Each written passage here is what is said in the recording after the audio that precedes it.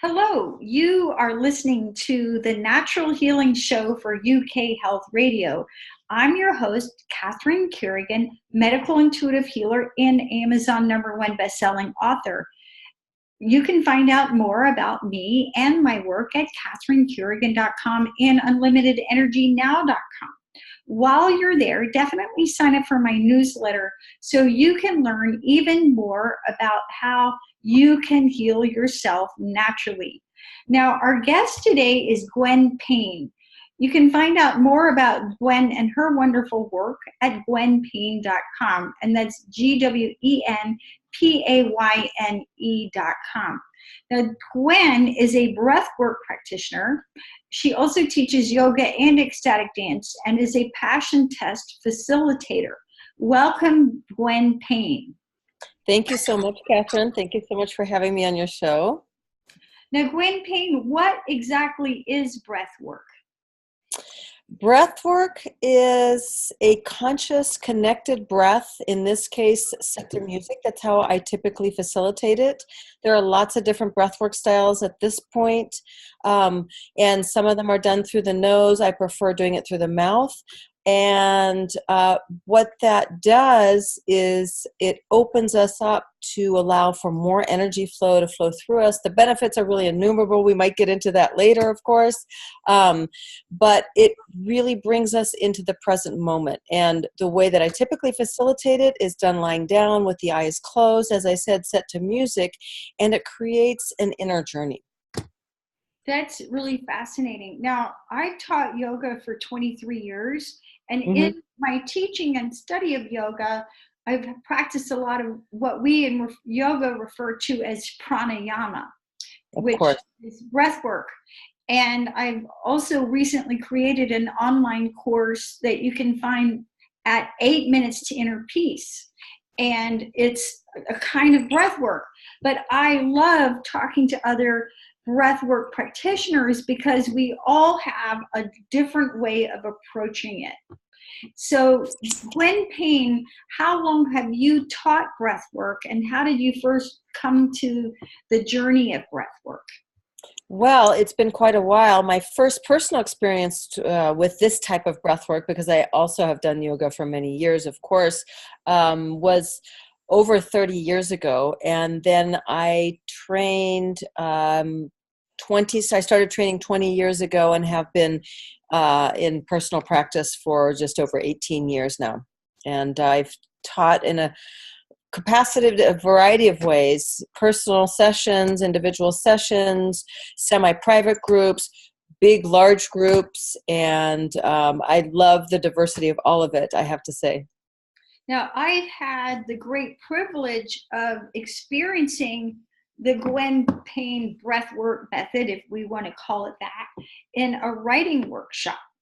And Absolutely. And when we did it your way, we were all lying on yoga mats on the ground and doing a lot of different kinds of breaths. So it was very different from traditional yoga pranayama. So how has your breathwork journey benefited you personally? Oh, it's going to be hard to list all of the benefits, I have to say, especially because I've been doing it for so long. But if I were to answer immediately, certainly being more present. I am more present more consistently. When I notice that I'm not being present, I literally use my breath in that moment to bring me back into presence. I'm certainly much more connected to who I am authentically, and this is really as a result of doing breathwork consistently. So a lot of people might experience breathwork occasionally and have a phenomenal experience, but the benefit to doing it consistently is where you really start to live, as I say, from the inside out.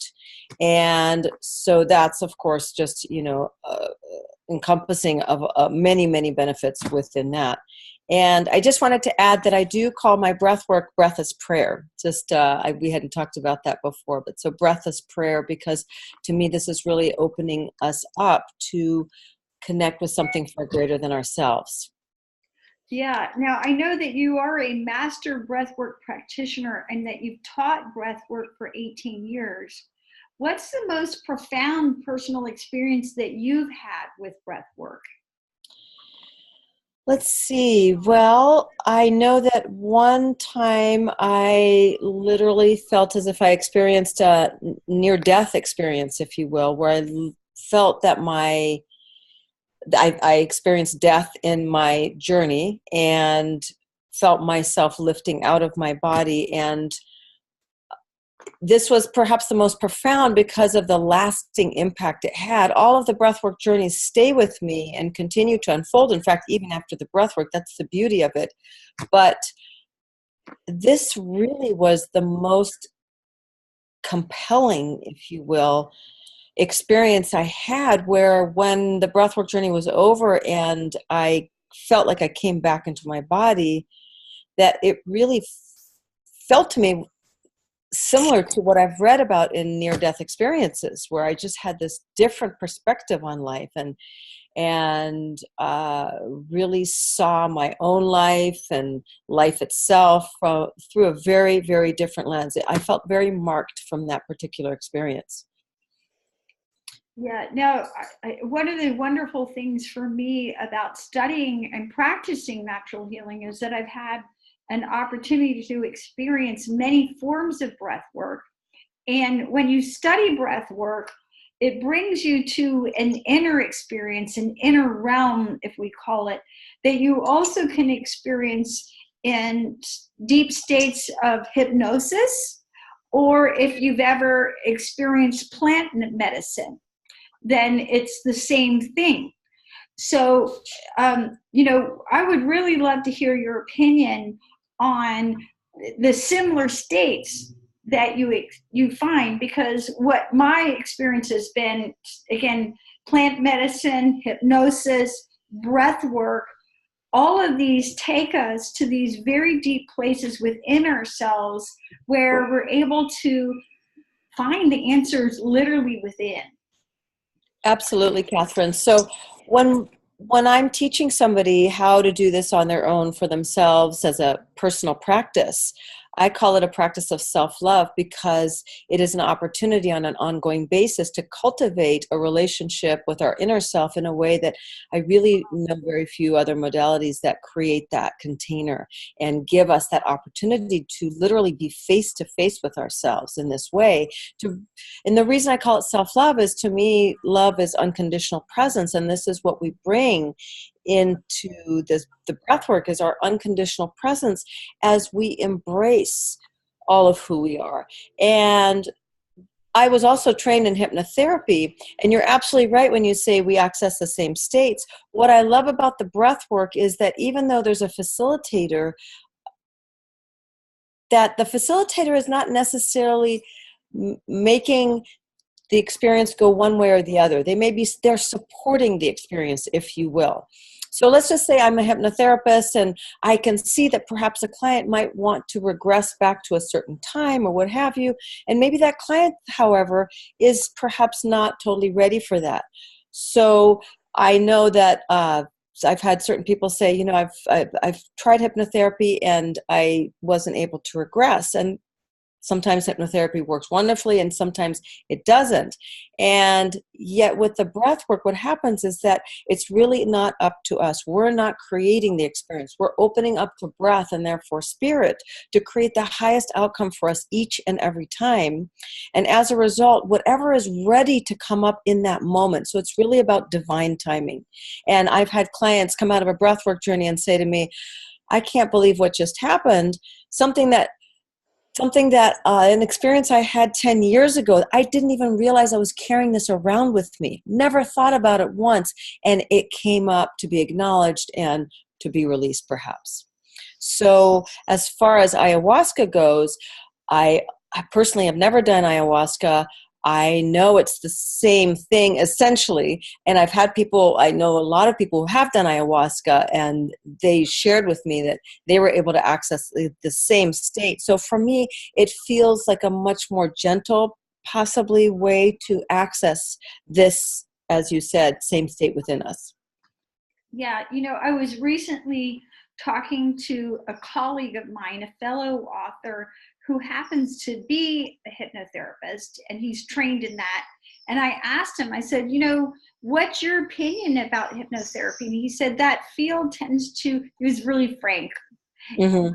He said that field tends to attract a lot of sociopaths and people who really, wanting to control others. Whereas when we're doing pranayama or breath work, again, Mm-hmm. we're just being present with ourselves and allowing what's there to come to the surface in a very gentle, even elegant way.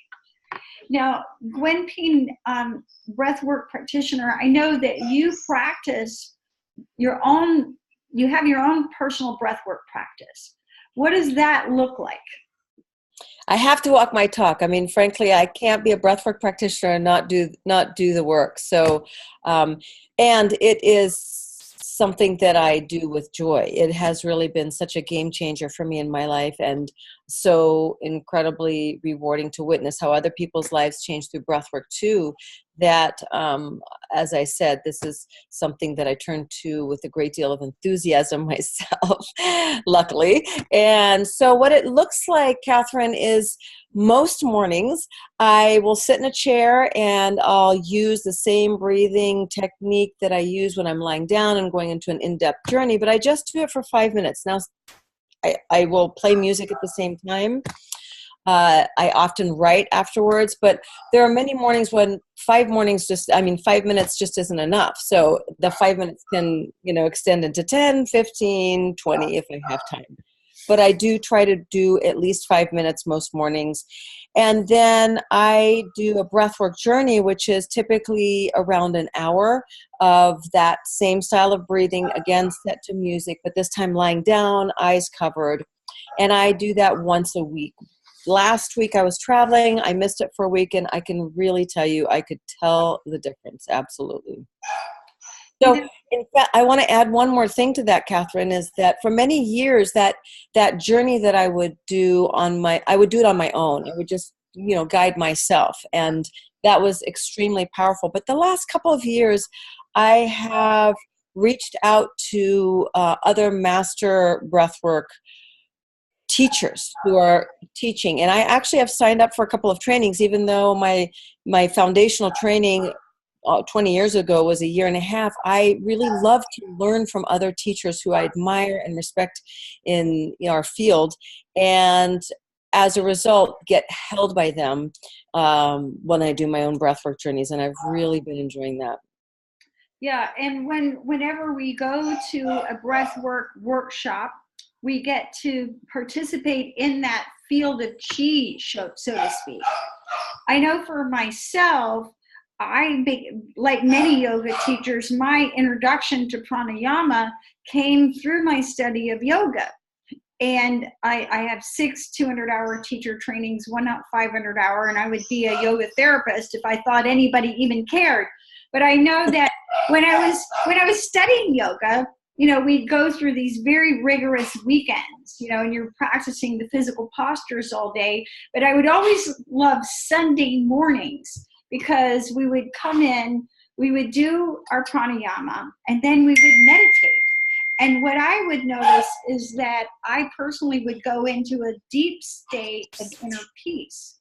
And so I would start, I've had lots of clients over the years with different health problems, whether it's anxiety or depression or high blood pressure or sleep apnea or even asthma.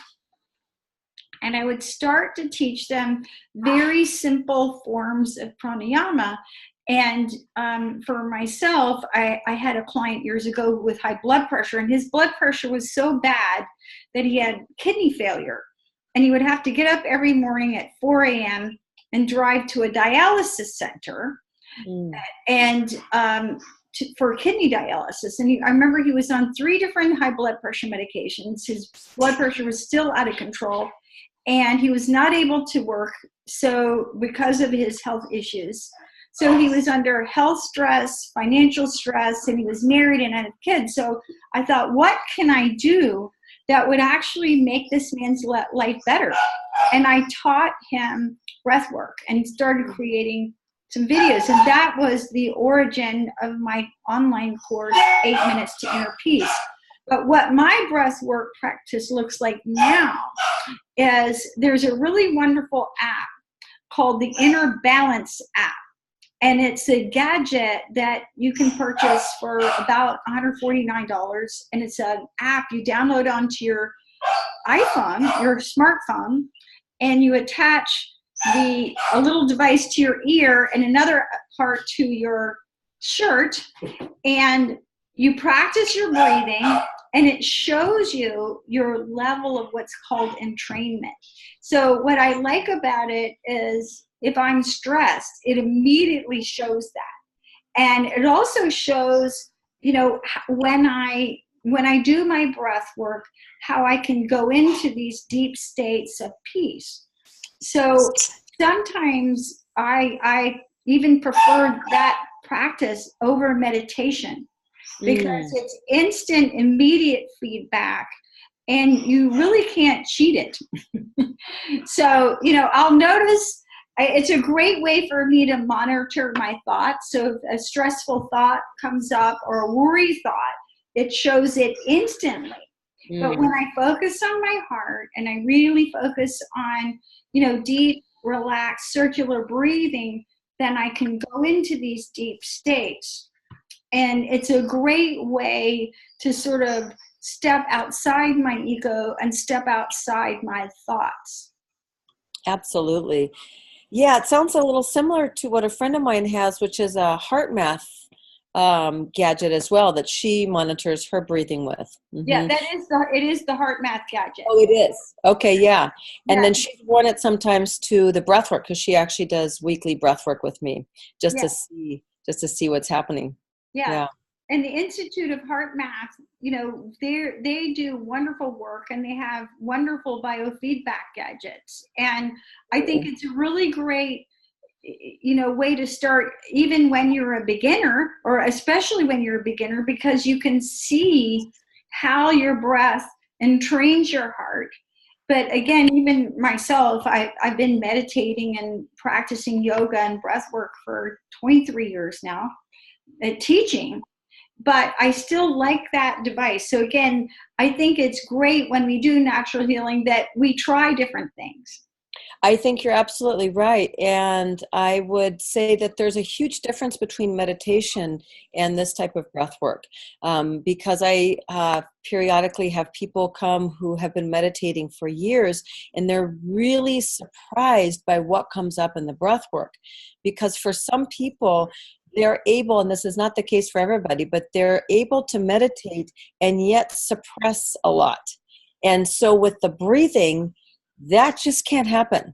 The breath work will bring whatever is ready to be acknowledged and whatever wants to come to the surface, it'll bring it up. Whereas some people can still stay in a state of managing suppressed energy, even when they're meditating.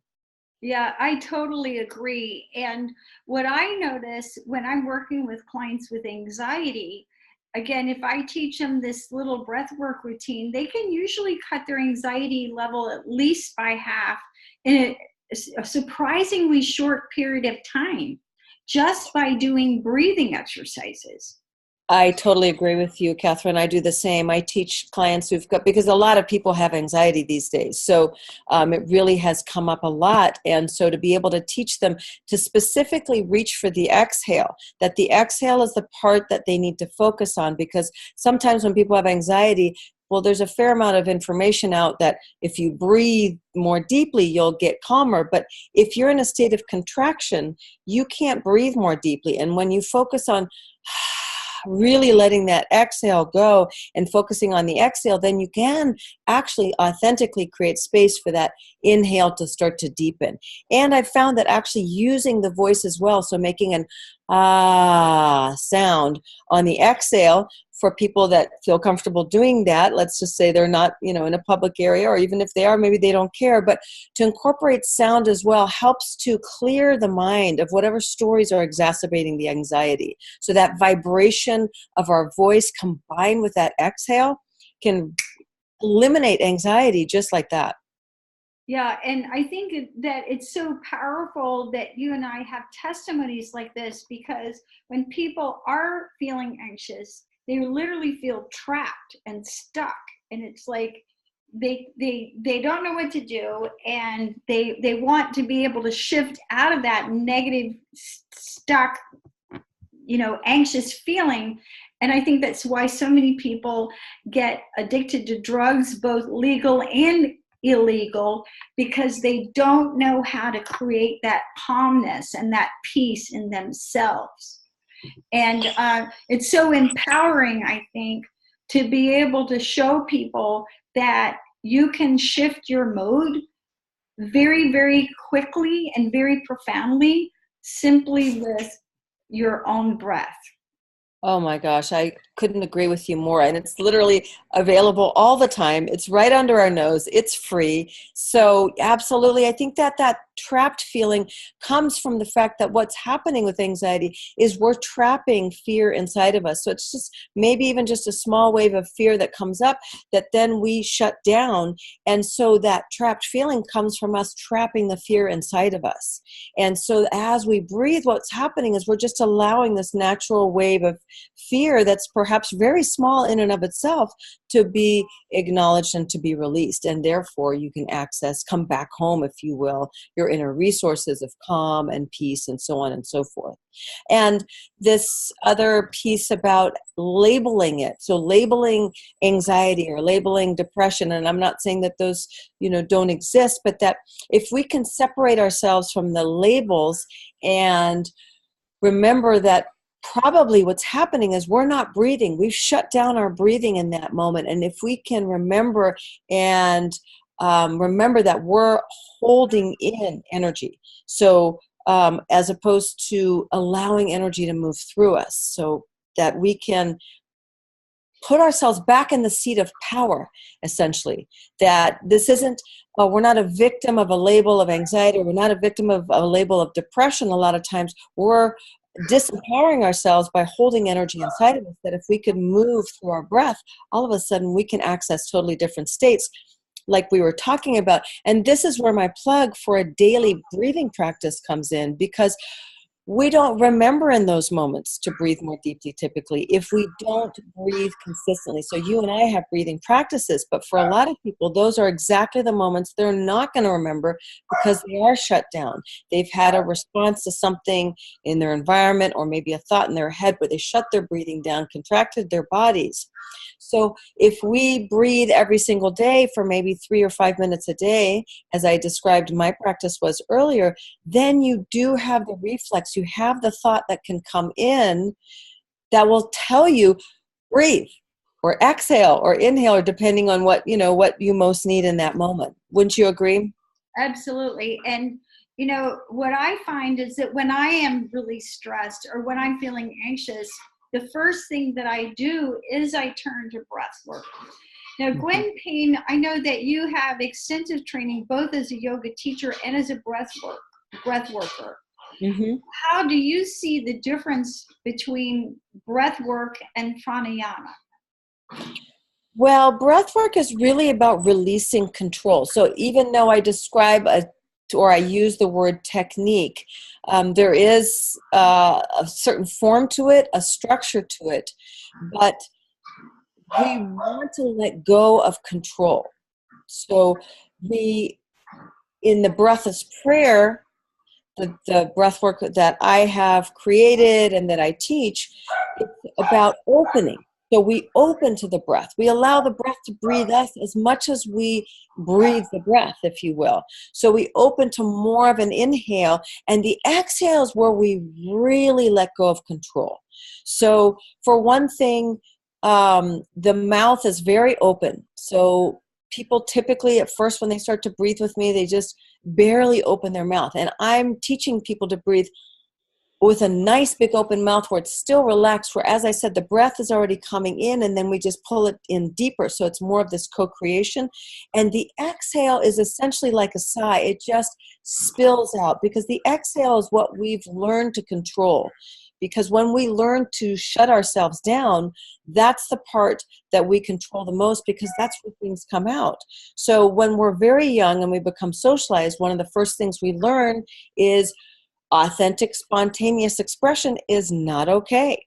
And so we learn to start to stuff words and sounds and responses and so on and so forth. And one of the primary ways that we learn to suppress that energy is by holding our exhale. So in Breath is Prayer, we let go of any type of control on the exhale. And so it's this fluid, breath that can change tempo sometimes, and that's where the music can come in, as it inspires perhaps a more robust tempo at times and then a gentler tempo at other times. But essentially it's about really relinquishing control, opening ourselves up to something greater that will breathe us, as well as letting go of our own expression in a free way. So one of the big differences then is having your mouth open as opposed to your mouth shut. And That's I know that when I'm teaching pranayama, sometimes I teach it beginning with the mouth open, but generally with the mouth shut, so breathing through the nose. So physiologically, Gwen Payne, as an expert master breathwork teacher, what do you think the difference is physiologically between breathing through the nose and breathing through the mouth? Well, there are certainly benefits to both. It's not that there's a right or wrong way at all. It's just that specifically for this type of breath work, we want to relinquish control. And one of the other areas that we control the most is the jaw. And so people can be breathing through the nose and still be clenching their jaw. People can't clench their jaw when their mouths are wide open. And so what I do first and foremost is I lead people through mouth and jaw exercises before we begin the breath work. But then they are having a slack jaw during the breath work, and I will continue to remind them to open that up. And really what that does is, when the jaw is relaxed as opposed to being locked, all of a sudden there's more of a connection, an easier connection, a quicker connection between the mind and the body. And so the breath is able to access areas where the breath always goes wherever it needs to go, but it's able to access areas within the body that may take a little longer if we were just to breathe through the nose. It has a bigger opening, if you will. That's just been my experience witnessing it. Quite fascinating. Now, let's talk about high blood pressure, because what I notice is that when people have high blood pressure, they may be inhaling but not exhaling properly, as you mentioned. Mm-hmm. What do you see as the breathing problems of people with high blood pressure, and what do you see as being some of the solutions or ways that we can use breath work to lower our blood pressure naturally? Well, that's a great question, Catherine. And, typically with this type of breath work, people are very cautious to work with people who have high blood pressure. There's actually a contraindication with the type of breath work that I'm describing. And yet I will work with people of all different conditions, but I will adjust the breathing. So I have worked with people with high blood pressure, and in their case, I do have them breathe through the nose because it's gentler. So that's the other component with regard to breathing through the mouth. It's going to be a little bit more intense typically. The experience will be a little bit more intense. So with people with high blood pressure, it's the same breath that I do, but now it's through the nose. And I also do that for people if they're having some very overwhelming emotions come up. I do that as well. I have them switch the nose to create a gentler experience, and yet they'll still have an experience nonetheless. So for people with high blood pressure, as they can connect to the breath, as with your clients as well, is, and what you described earlier, is that they're typically able to come into more calm, more peace over a period of time. And that may sometimes include accessing different emotions or experiences that come up first, clearing out to be able to access that calm and that peace. Yes. Now, Gwen Payne, as a breathwork facilitator, what are some of the most impactful experiences your clients have had?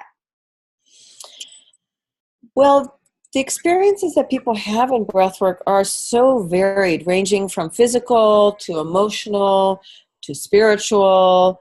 And there are so many different types of profound experience that I just really want to plug again the consistency piece. So people can have amazing breathwork events, as I call them, where they have a one-off breathwork journey and they have, maybe a huge insight that may be life-changing, perhaps. Or somebody could have like tremendous catharsis and just feel so much lighter and so much more at peace with themselves. Sometimes people can have an amazing experience of energy in their body like they've never had before, vibrational, and just the experience of how when they open up to breath, they can have access to so much more energy, which is also what I believe is our power, right?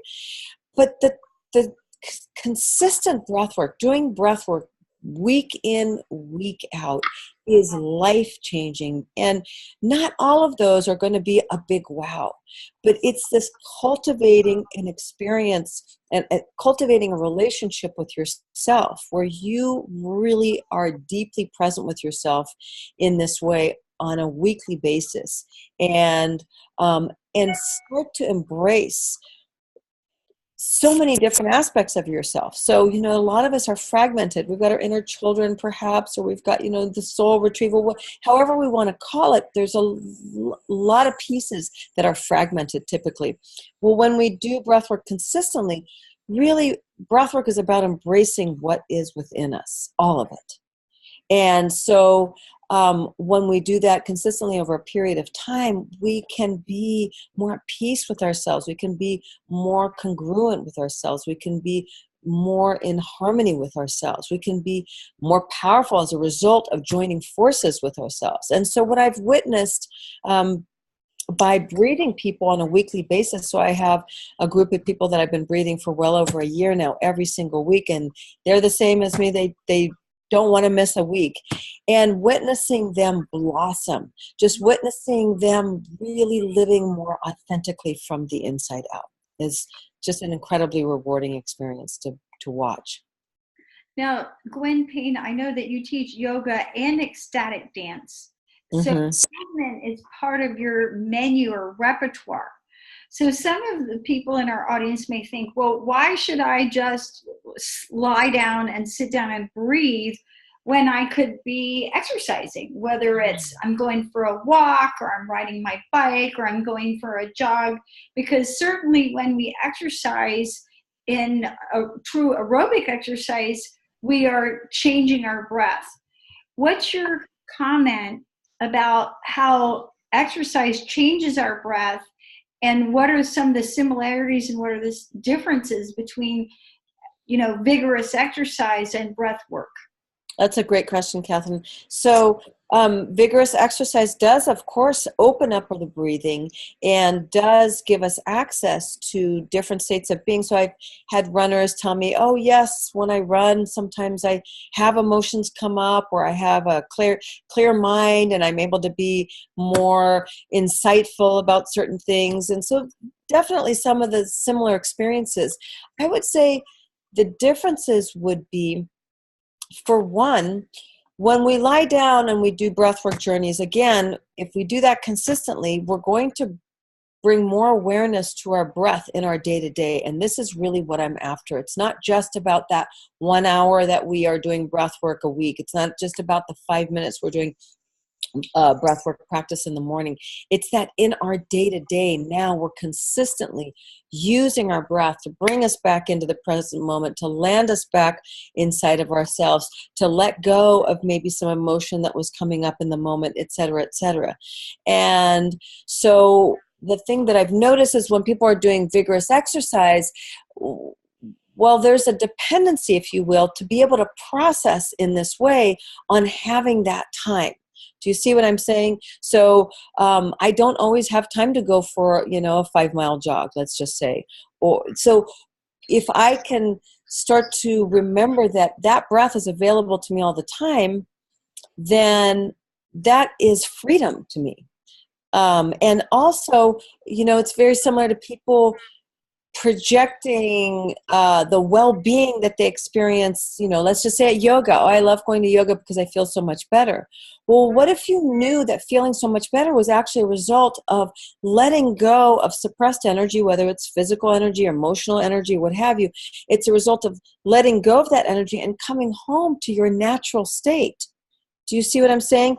So we think that the peace then is in the yoga studio. We think that the peace is in the run. We think that the peace is, on that bicycle, instead of realizing that it's actually inside of us, and that whether we're breathing, whether we're doing exercise, that what we're doing is letting go of what we're holding on to, and which is allowing us to come back to what's actually inside of us. Now, I love that you refer to your work as breath as prayer. So how is breath work like a prayer, or what's the connection? Well, that's interesting. And it's definitely interesting for me, Catherine, to have come to call it that, because I was brought up in an agnostic atheist household. And so I did not have much of a connection to prayer most of my life. And was exposed a little bit to religion. My parents were open to me going to whatever religion whatever religious ceremony might be, because I grew up in an expat community, so outside of the U.S. So being exposed to a lot of different types of religions, and so I visited a lot of churches and mosques and all kinds of things, and so I was curious, but I had no connection to prayer. And then a couple of years ago, I went through a really difficult time in my life, and I discovered prayer, non-denominational prayer, but prayer really was a helping hand for me during that time. And I discovered it through a woman named Tasha Silver. I don't know if you've ever read her books, but she's wonderful. And so her languaging for the first time was able to give me access to what I could now understand as prayer, which is really a way to speak, or a way to feel the connection to something greater than us. So to receive it, to breathe into it, to allow it to breathe into me, to feel that oneness, that interconnectedness, and to let that come from just a deep place. Because what I've witnessed over the almost 20 years of people's breathwork journeys is, and this is one of the reasons that I love being a facilitator, is it's really not about me. I am a good educator, so I really set a good space for people so that they really know what they're getting into before they go into their journey, if this is the first time. And then I'm able to hold a wonderful space for people, but it has nothing to do with me. I'm the witness.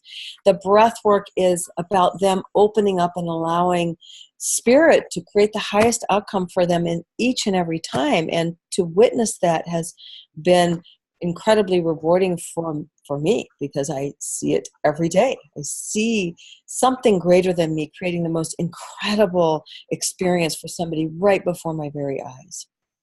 So I hope that answers your question. Yeah, and at the beginning of this conversation, we talked about the commonalities between breath work, pranayama, hypnosis, and plant medicine, all taking us to these deep inner states, and states where we usually experience a tremendous, profound sense of inner peace and connection, which again, I think is another way of saying this is what we want when we meditate, is to feel this connection. And I know that usually for myself, after I've done some breath work, I immediately want to meditate because my mind is finally quiet. I've processed through, even without going to a therapist or talking about what's bothering me. You've moved the energy.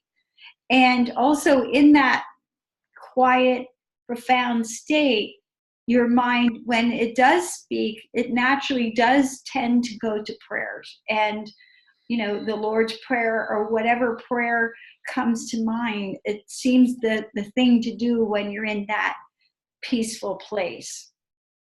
Now, Gwen Payne, one of the ways that I came into contact with you was breath work for writing. So how can practicing pranayama, practicing breath work open up our creativity if we're experiencing personal blocks, whether we're a writer or a painter or a musician? How can that help us? Oh, it can definitely help, Catherine. So, for one thing, what is writer's block or block to creativity? It's just stuck energy, essentially. And so, when we met, Catherine, I was traveling around the country doing breathwork on a writing retreat. And that was a wonderful experience. I did that for a couple of years and really eye-opening to this particular subject because it was not something that I had sought to do. Particularly, this person leading the writing retreat had offered this opportunity, and we discovered that the two, the writing and the breathwork together, were beautiful and harmonious. So essentially what we would do at the beginning of the writing retreat was I would open up a breathwork, and then people would go back to their rooms, their hotel rooms, or to their homes, and go to bed, and that would prime them for the weekend of writing. So breathwork brings all kinds of things up to the surface, and we don't necessarily know what those are going to be. And at the same time, during the writing retreat, then in shorter increments throughout the day, there would be maybe a few hours of writing, and then we do a breath work, and then a few hours of writing, we do a breath work, and a few hours of writing, we do a breath work, just as a way of, well, for one thing, getting more oxygen into the brain, into the body, getting more energy flowing. And what that would do is perhaps release a writer's block. So where somebody was feeling stuck, all of a sudden I literally would sometimes see people jumping out of the breathwork and running back to their chair because they'd had this incredible insight about where their story is going to go next or what was missing. And so similar to what you were describing as that quiet mind, when we quiet our mind, that's typically when the solutions or the insights have an opportunity to come in. And so whether somebody does 10 minutes before they start their writing project or their painting project or whatever it is, or whether they do a full hour of breathing, I think the connection to their creativity will only be so open, so much more open and flowing than if they would do it without. No, I know that for myself, when I'm writing, there's a real commonality between meditation, prayer, and writing, and breath work. Because for me, my writing goes the best when I set my ego aside. And so for me, what that looks like is I'll wake up in the morning and I'm praying, meditating, breathing. And then as I'm going into this deep, calm state, then what it is that I'm supposed to write about that day just naturally drops in. And how have you seen breath work transform people with writer's block or creativity blocks? I'm so glad that you asked me that because that was what was just coming up at the same time on my end. And so during these writing retreats, people were able to come just single me out when they were feeling blocked. If the breath work was like, let's say in a couple of hours and they were feeling blocked, they would just come find me and we'd work together. And I would typically talk to them for a minute about what they were feeling blocked about. And then I might do a little bit of body work combined with breath work on them. And I will say, invariably, 100% of the time, what was happening where there was repressed emotion. And that was causing the block every single time. So when we would get into it, all of a sudden there'd be tears, there'd be maybe a wave of anger, whatever the suppressed emotion was. And within a very short amount of time after they had breathed into that, allowed it to move through them, had felt supported with that, they would be ready to go right back to what they were working on. It would actually take a very short amount of time, literally maybe 10 minutes at the most. And that's not very long. 10 minutes of breathing, if you've been maybe blocked creatively creatively for decades, doing 10 minutes of breath work to release the energetic blocks and allow your creativity to flow is quite a gift to creative people. I would say. And final question, Gwen Payne, how did you come up with the title of your work, Breath is Prayer? How did that come to you? It came to me in the same exact way that we're talking about in a breath work. It just came in and I thought, oh, well, that's interesting. And this was actually a few years ago. And because, as I said, my relationship to prayer was not really one that was existent, this was actually probably a little bit prior to when I was talking about where prayer really reached its hand out to me. So it came through and I thought, oh, there's a part of me that really connected to it, but my mind couldn't wrap itself around it. And so I didn't actually use that for probably 3 to 4 years. I did not use that. And then when I went through that challenging time where I discovered prayer and prayer became my go-to. I mean, I literally would read prayers out loud every single day. And those prayers themselves would bring up emotion for me. So I would do that. And even a little bit after that kind of rock bottom period that I had a few years ago, it still didn't occur to me to use that title. And then more recently, I would say probably a couple of years ago, I've had people begging me to teach them my type of breath, my type of breath work. This breath is prayer. And so I finally said yes. I said, okay, people are asking and I don't want to turn them away. So, okay. And I stepped into actually being a teacher of breath of prayer, which I've discovered I love doing. And so I needed a name for it. I needed a name to set my breath work, apart from other people's breath work. And that's when I finally owned the title that had come through many years prior. And I know that you live in one of the most beautiful places on the planet, which is Sedona, Arizona. I love it here. So Gwen Payne, Breath is Prayer. Any final thoughts for our audience? Breathwork is really for everybody. Whether you do it daily, I hope that everybody will have the opportunity to experience breathwork in one form or another. I would absolutely invite you to do it daily. And if you know of a breathwork practitioner, there are more and more these days. I've been doing breathwork a long time, and it's only recently that I've seen how much breathwork is coming into public attention, and I'm just thrilled about it. So if you have the opportunity, please go to a breathwork retreat, go to a breathwork class, find a breathwork practitioner near you. It's life-changing. You've been listening to Gwen Payne of gwenpayne.com. And if you're wanting to learn more about yoga breathing, you can learn from my online course, 8 Minutes to Inner Peace.com, 8minutestoinnerpeace.com. You've been listening to the Natural Healing Show for UK Health Radio. I'm your host, Catherine Carrigan, medical intuitive healer and Amazon #1 best-selling author. Find out more about me and my work at catherinecarrigan.com and unlimitedenergynow.com. While you're there, definitely sign up for my newsletter so that you can learn even more about how you can heal yourself naturally. And remember, when you learn how to breathe, you heal yourself naturally. Thanks so much for listening, and we'll see you next time.